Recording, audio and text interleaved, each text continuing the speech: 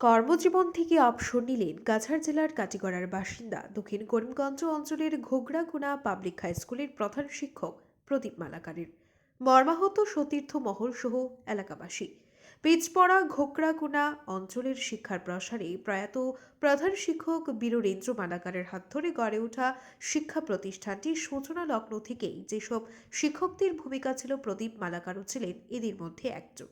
তিনি বছরের শেষ দিন অর্থাৎ 2023 সালের শেষ দিনে অবসর গ্রহণ করেন।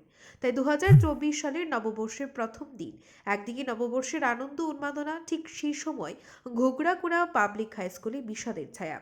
আর সে বিষাদের কেন্দ্র ছিল প্রধান শিক্ষক প্রদীপ মালাকারকে কেন্দ্র করে। এর কারণ ওই দিন স্বনামধন্য প্রধান শিক্ষক প্রদীপ মালাকারকে বিদ্যালয়ের তরফে বিদায়ী সংবর্ধনা জানানো হয়। তাকে বিদায়ী জানানোর বার্তা শুনে ছুটে আসেন এলাকার অনেকেই।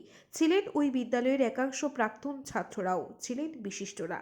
সোমবার 1 জানুয়ারি বিদ্যালয়ে এ নিয়ে এক সংবর্ধনা অনুষ্ঠান অনুষ্ঠিত হয়। স্কুল পরিচালন কমিটির সভাপতি প্রত্যয় ভূষণ শর্মার সভাপতিত্বে অনুষ্ঠিত সংবর্ধনা সভায় প্রত্যেক বক্তায় প্রদীপ মালাকারের বলিষ্ঠ প্রধান শিক্ষকের ভূমিকা নিয়ে মত ব্যক্ত করেন।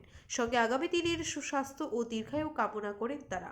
উল্লেখ্য, প্রদীপ মালাকারের আদি বাড়ি কাটিগড়ার সিদ্ধেশ্বর গ্রামে। ব্যুরো রিপোর্ট, আজকের বরাক। ছবি দেখলে আমি পুরোটা বই পঞ্জিকা দেখি আমার জীবনে অনেক লাভ হয়েছে। প্রথম লাভ হয়েছে আমি এয়ারপোর্টে স্কুল দেখতাম, খুব থাকতো।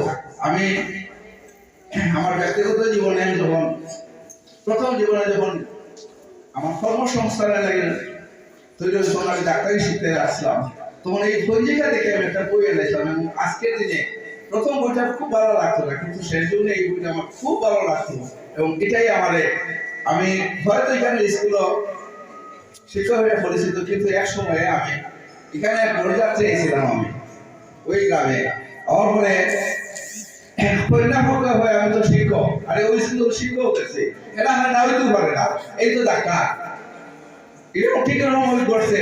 এরপরে শাসন চালা আমি মানে গল্প ফোনে পক্ষ গড়ের মাসি আর ফোনের বেশি ঠিক এরকম চলছে। তো এই যে শিক্ষাটা লাইব্রেরি, প্রত্যেকটা মানুষের বাড়িতে লাইব্রেরি করা দরকার। যেমন শরীর অসুস্থ হইলে যেমন ডাক্তারের দরকার, হেলথের দরকার, ঠিক মানসিক রোগ হইলে মস্তিষ্কের রোগের একমাত্র ঔষধ বই, তার বিকল্প নাই। আপনারা দেখছেন আজকের Barak, a house of Adrija digital media.